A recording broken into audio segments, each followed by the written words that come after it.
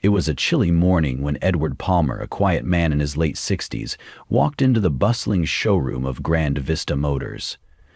Dressed in a simple flannel jacket and faded jeans, Edward looked more like a retired handyman than someone searching for a luxury car. He carried himself with the ease of someone who had lived through life's many trials, his soft gray eyes radiating a quiet wisdom. Inside the showroom, the atmosphere was electric. Sleek, polished cars gleamed under bright showroom lights, and well-dressed customers chatted with sharp-suited salespeople. The faint hum of revving engines and laughter echoed through the space. But amidst the vibrant energy, Edward felt like a shadow, present but unnoticed. As he wandered from car to car, his hand brushed lightly against the smooth hoods of luxury sedans and powerful SUVs. His gaze lingered on a deep navy blue convertible, the kind of car he dreamed of owning ever since he was a young man working double shifts at the factory to make ends meet. But dreams had always come second to responsibilities, family, bills, and life's never-ending demands. Now, with his children grown and a lifetime of savings tucked away, Edward thought, maybe it's finally my time. But as Edward approached the main desk to inquire about the car, he was met with an icy reception. A group of salesmen, engaged in boisterous chatter, barely glanced his way. One finally turned, looked him up and down, and said with a thinly veiled smirk, "Can I help you?" The tone dripped with disdain, as if Edward had wandered into the wrong place. "I'm interested in that convertible," Edward replied calmly, nodding toward the car he'd admired moments ago. The salesman let out a short laugh. "That one? It's a top-of-the-line model, starts at over $80,000, he said, as if Edward hadn't understood where he was. Another salesman, overhearing the exchange, muttered loud enough for Edward to hear, "Waste of time." Edward's lips tightened, but he said nothing. Years of enduring life's challenges had taught him to stay composed in the face of disrespect, but inside, a storm was brewing. For Edward, this wasn't just about a car. It was about dignity, about being seen, valued, and respected, regardless of outward appearances. As Edward turned to leave, a young saleswoman, nervously clutching a tablet, stepped forward. Her uniform didn't fit quite right, and her face flushed with a mixture of anxiety and determination. "Sir, if you'd like, I can help you with that car," she said softly. Edward paused, his gray eyes studying her for a moment.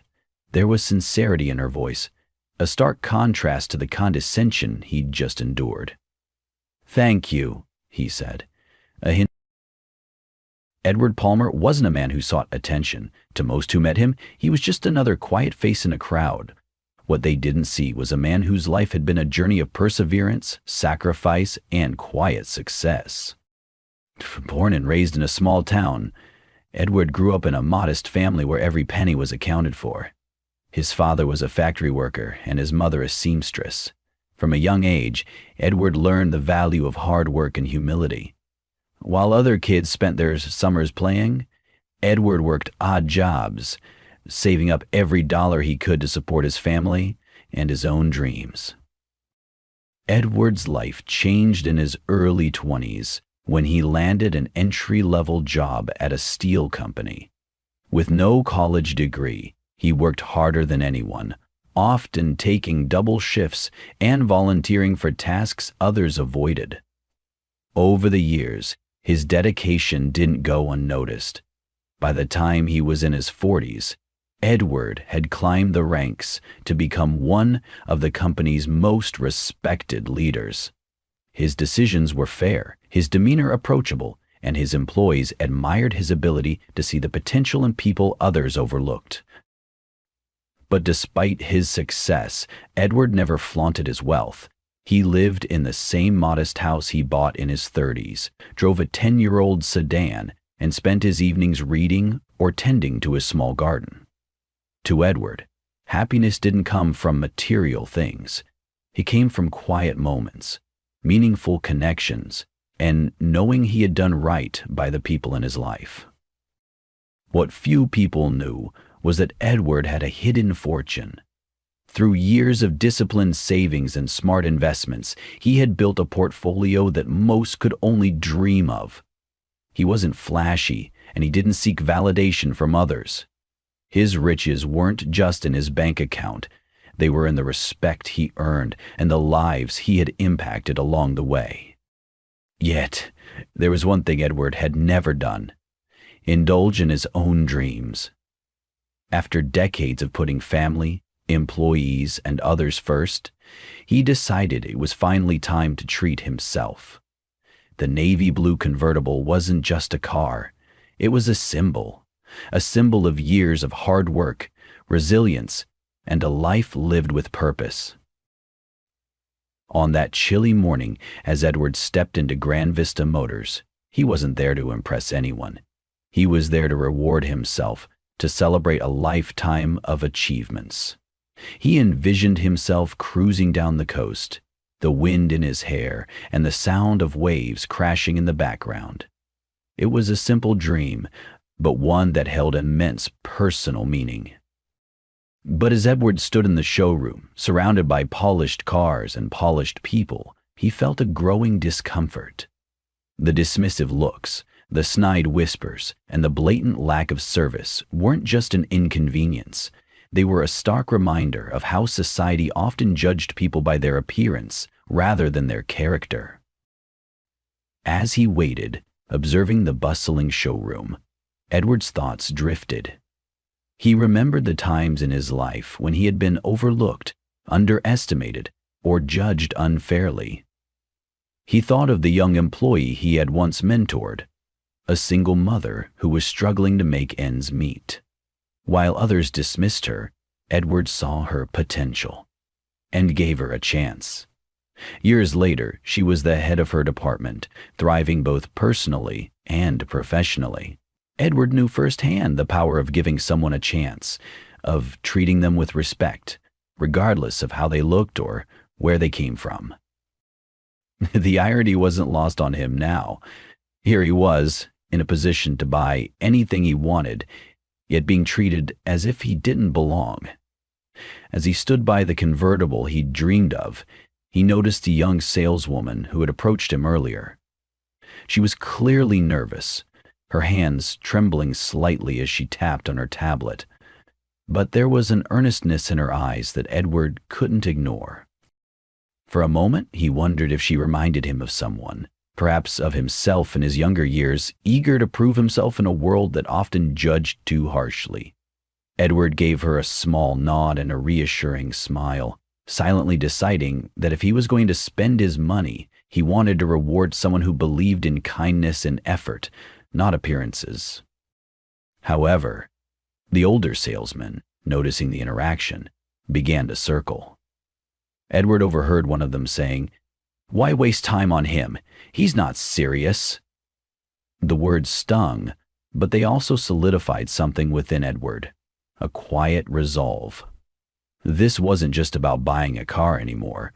It was about standing up for the values he had lived his life by: respect, humility, and the belief that everyone. The atmosphere in the showroom shifted as Edward continued to wait by the convertible. He could feel the weight of dismissive glances and hear the faint murmur of judgment from the salesman.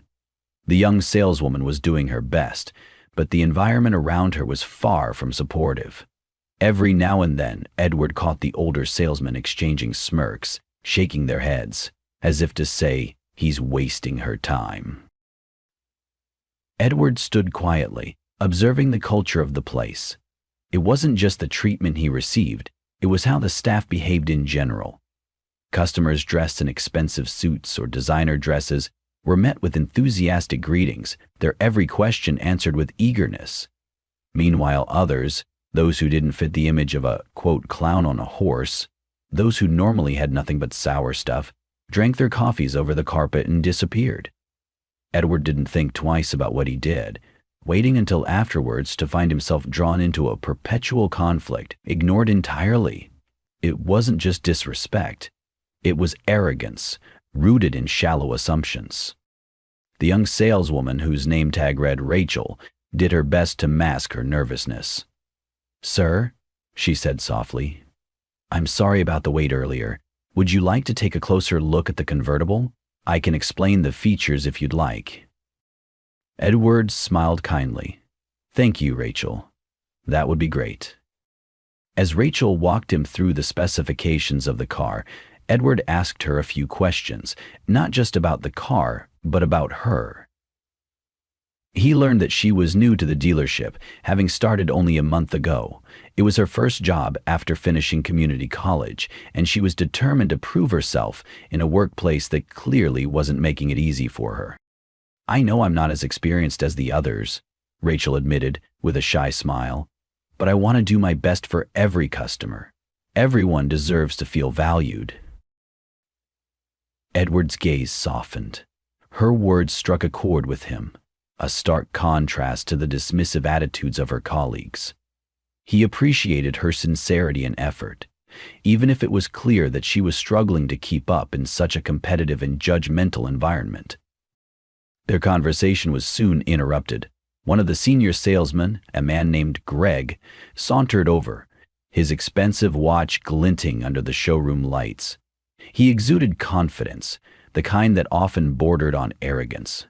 "Ah, Rachel," he said, his tone dripping with condescension, "why don't you let me take over? I'm sure Mr. Palmer here has plenty of questions about financing options and, realistic choices."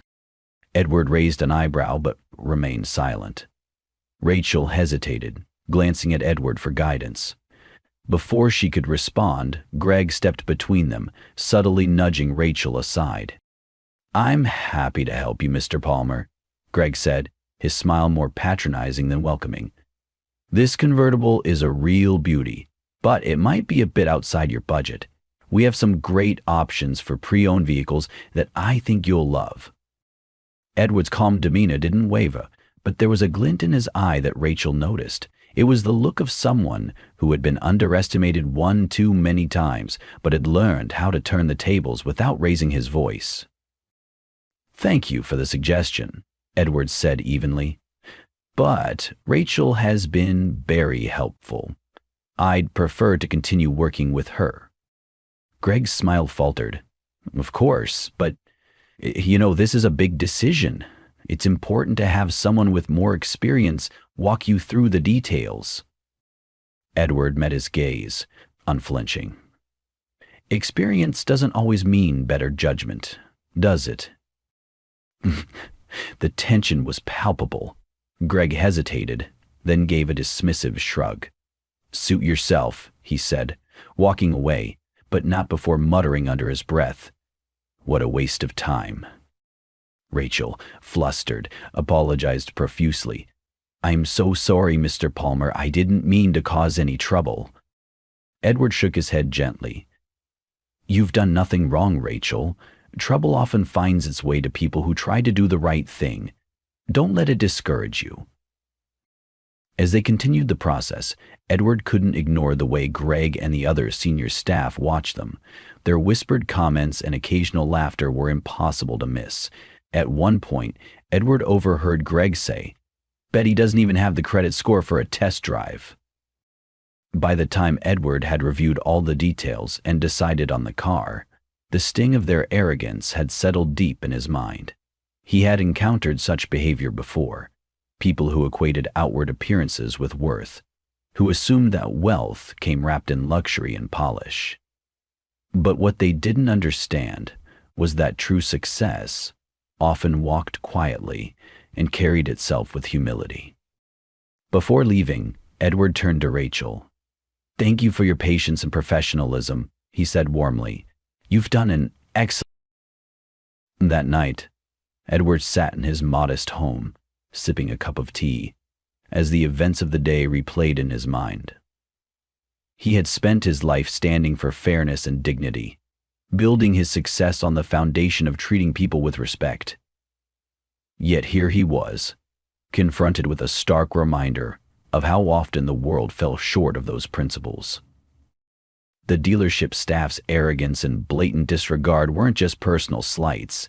They reflected a toxic culture, one that valued appearances over substance. For Edward, this wasn't just about how they had treated him, but about what that behavior symbolized. It wasn't enough to simply walk away. He felt a responsibility to do something more. He opened his laptop and began making calls. With decades of connections in the business world, Edward knew exactly whom to contact. He reached out to an old friend who worked in corporate acquisitions and explained the situation. By the time the call ended, Edward had a clear plan in mind.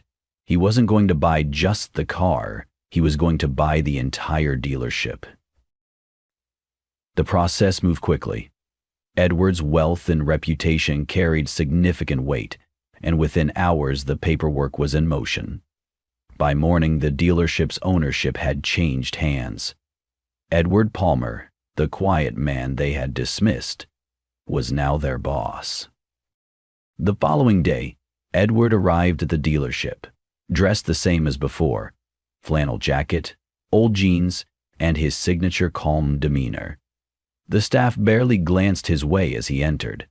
Greg, the arrogant salesman from the previous day, leaned against the counter, laughing with his colleagues. Edward walked directly to the general manager's office. Tom, the manager, looked up in surprise as Edward stepped inside. "Can I help you?" Tom asked, his tone clipped, clearly mistaking Edward for someone who had wandered in by mistake. Edward placed a folder on the desk and sat down. "You'll want to read this," he said simply. Tom opened the folder, his face gradually losing its color as he skimmed the documents. I don't understand," he stammered, looking up at Edward with wide eyes. "It's quite simple," Edward replied. "As of this morning, I'm the new owner of Grand Vista Motors."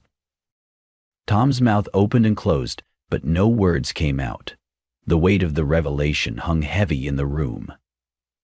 Before Tom could recover, Edward stood and walked out into the showroom. "Can't resist us," said Tom, as he snatched his son up and carried him to his room. The staff were mid-conversation when Edward's voice cut through the air. "Could I have everyone's attention, please?" They turned to see the same man they had ignored the day before, standing calmly in the center of the room. Greg smirked, nudging one of his colleagues, but his confidence faltered as Edward continued speaking. "Some of you may remember me from yesterday," Edward began, his voice steady but firm. "I came in as a customer, interested in purchasing a car. What I encountered instead was a culture of arrogance, disrespect, and judgment." Greg crossed his arms, scoffing quietly, but Edward's gaze didn't waver. "What you didn't know," Edward continued, "is that I have spent my life building businesses that prioritize integrity and respect. Yesterday's experience was a reminder of why those values matter." The room fell silent. Staff members exchanged uneasy glances, realizing that this wasn't just a dissatisfied customer, it was someone with authority. "As of today, I am the new owner of this dealership," Edward announced, "and things are about to change." The tension in the room was palpable. Edward turned to Tom, who had emerged from his office, looking pale and shaken. "Tom," Edward said, his tone cool but final, "your leadership has allowed this toxic culture to thrive. Effective immediately, you're dismissed." Tom's face turned bright red as he stammered, I can explain." Edward held up a hand, cutting him off. "There's nothing to explain. Leadership sets the tone for any organization, and yours has been unacceptable." Edward then turned to Greg, whose smug expression had evaporated. "Greg," Edward said, "your behavior yesterday spoke volumes about the values you uphold. I won't tolerate employees who treat customers or colleagues with such disrespect. You're fired." Greg's jaw dropped, but he didn't dare argue. One by one, Edward called out the names of other staff members who had contributed to the toxic environment. Those who had been dismissive or unkind were let go on the spot. For the employees who had treated customers with respect, like Rachel, Edward had a different message. After that, Greg's jaw snapped and Fanny lunged to her feet, holding a dolphin to her arms.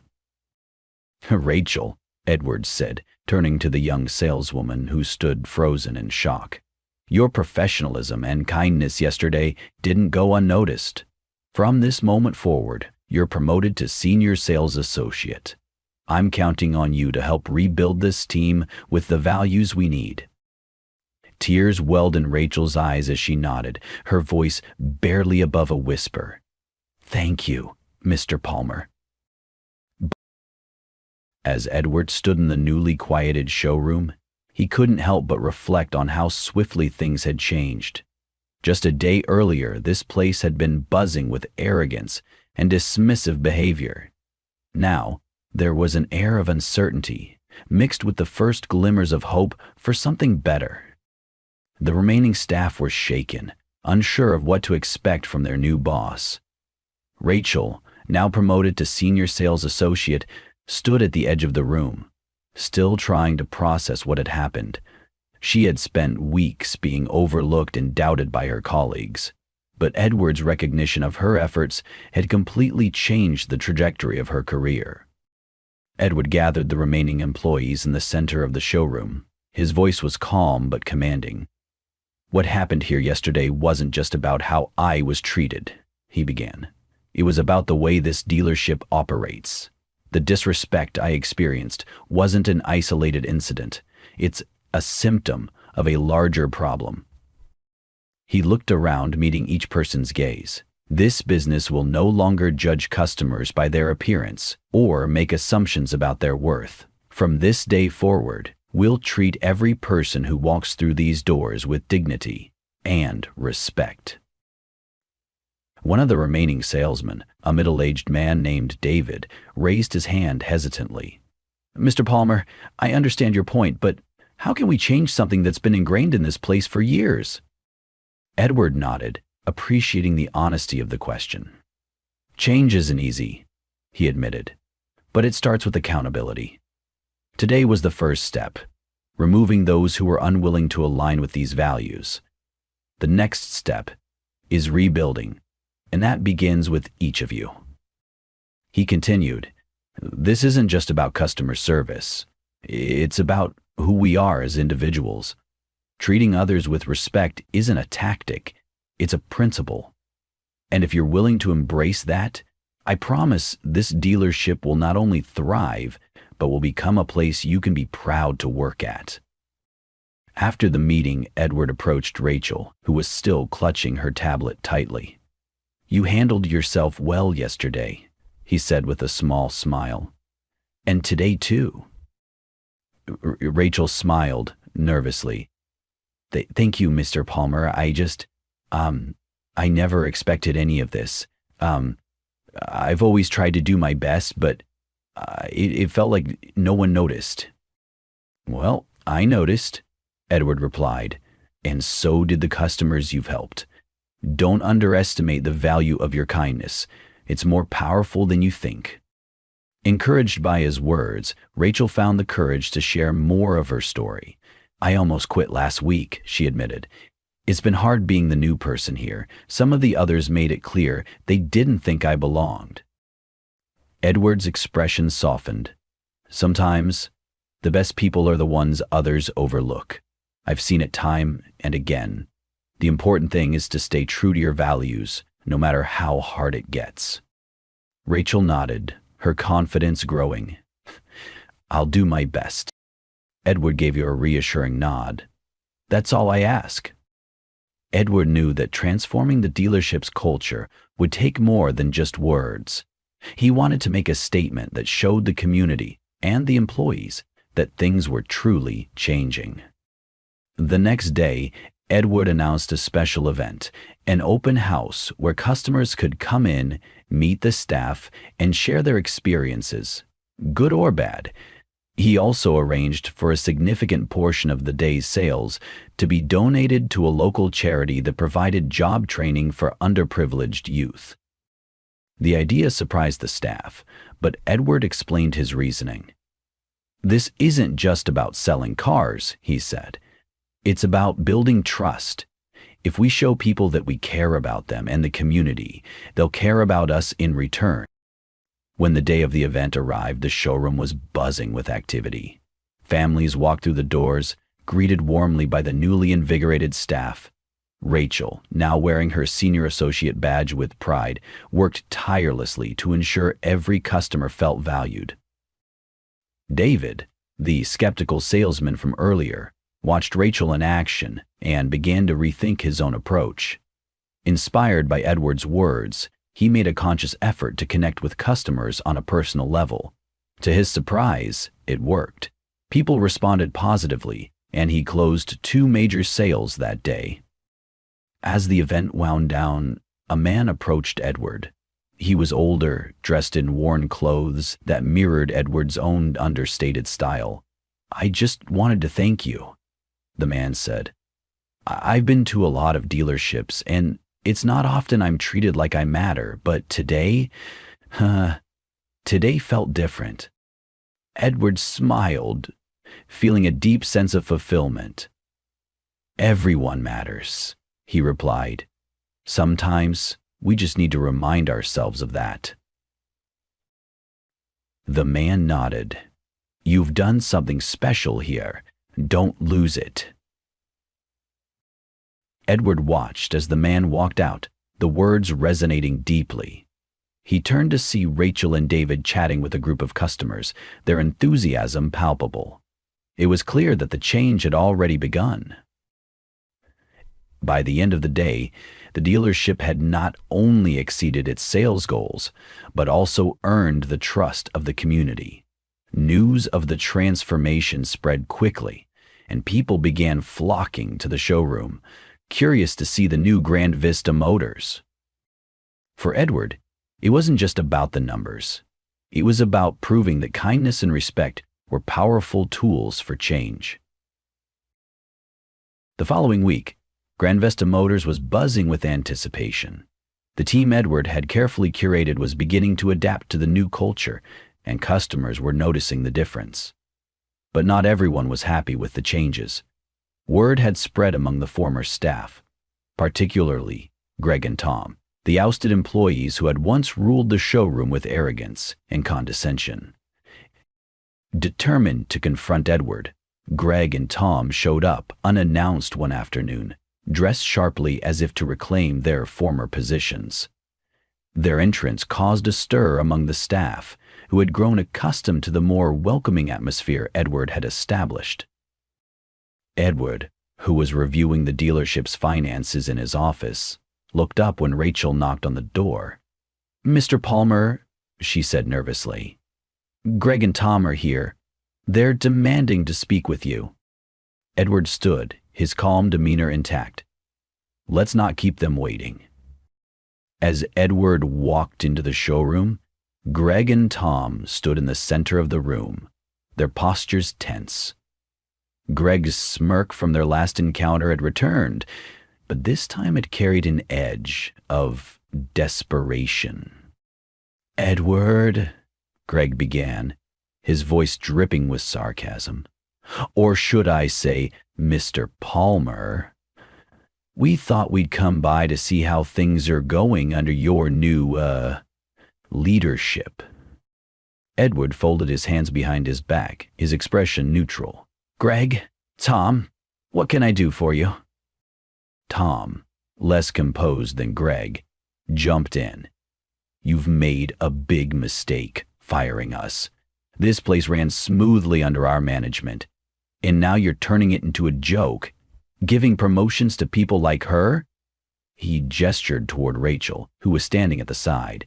And firing experienced staff like us? You're destroying the reputation of this dealership.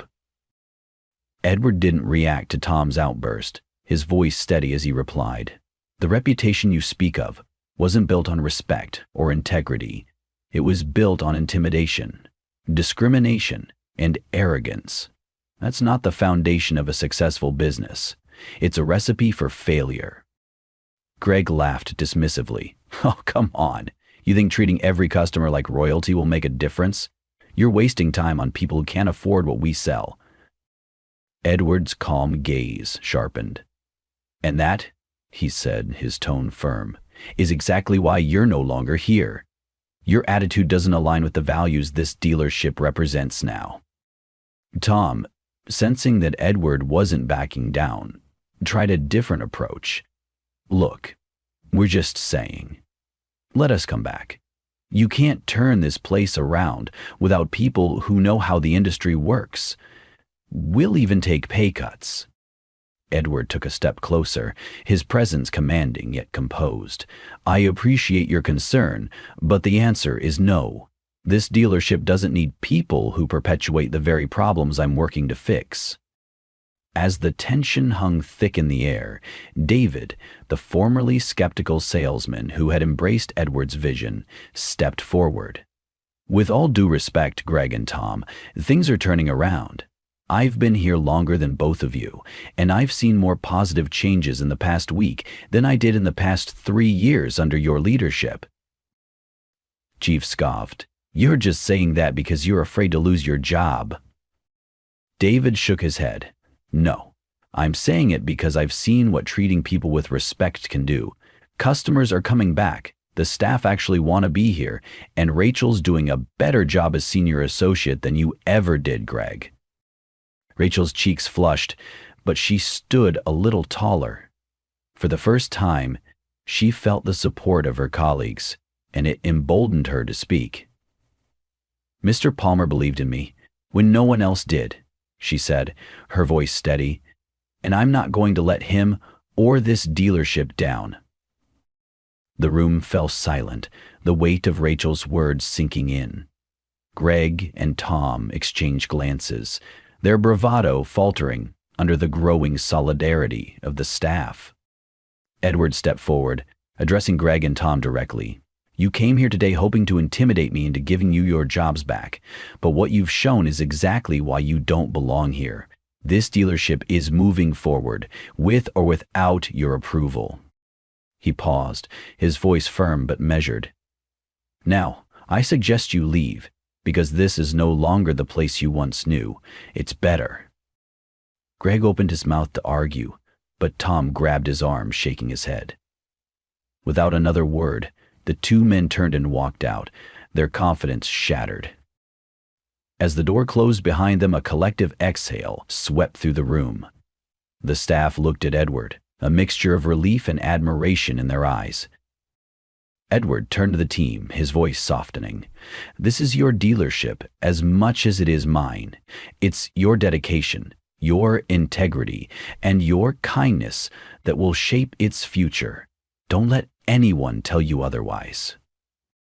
He looked at Rachel, then at David and the other remaining staff. You've all stepped up in ways I didn't expect. As the weeks turned into months, Grand Vista Motors became unrecognizable from the dealership it once was. The toxic culture that had thrived under Greg and Tom's leadership was replaced by an environment of mutual respect and teamwork. Customers who had once felt judged or dismissed now found themselves welcomed and valued. The story of Edward Palmer's quiet transformation spread far beyond the local community. Newspapers picked up the story of the humble man who had walked into a dealership, been disrespected, and returned as its owner. Social media buzzed with posts about the dealership's new reputation for exceptional service and integrity. One crisp morning, the staff gathered in the showroom for a special meeting. Edward had invited everyone to celebrate the dealership's best quarter in years. The team had surpassed every sales goal, and customer satisfaction ratings were at an all-time high. "None of this would have been possible without all of you," Edward said, addressing his team with his characteristic humility. "You've shown that respect and kindness aren't just ideals, they're what set us apart. Thank you for believing in this vision and making it a reality." Rachel, now a confident and capable leader, stepped forward. "Mr. Palmer, we owe this success to you," she said, her voice filled with gratitude. "You didn't just change this dealership, you changed all of us. You taught us what it means to truly value people, and we'll carry that with us forever." The staff erupted into applause, and Edward, unaccustomed to such attention, gave a modest smile. "It's not about me," he said. "It's about the kind of place we've built together." Later that afternoon, Edward quietly approached the navy blue convertible that had first brought him to the dealership. The car gleamed under the sunlight, just as it had on the day he'd been dismissed as unworthy. But today, it was more than a symbol of a dream. It was a testament to the journey that had brought him here. With Rachel by his side, Edward turned to her and said, "I think it's time I finally take this for a spin. What do you think?" Rachel laughed, her confidence shining. "I think you've earned it, Mr. Palmer." As Edward slid into the driver's seat, the staff gathered around, cheering as he started the engine. The deep purr of the convertible's motor echoed through the lot as Edward waved to his team and pulled out onto the road. For Edward, the car wasn't the reward. It was the reminder of how one act of courage, guided by integrity, could change everything. As the story comes to a close, Edward's journey leaves a powerful lesson. Respect and humility can break down even the strongest walls of arrogance and prejudice. The changes at Grand Vista Motors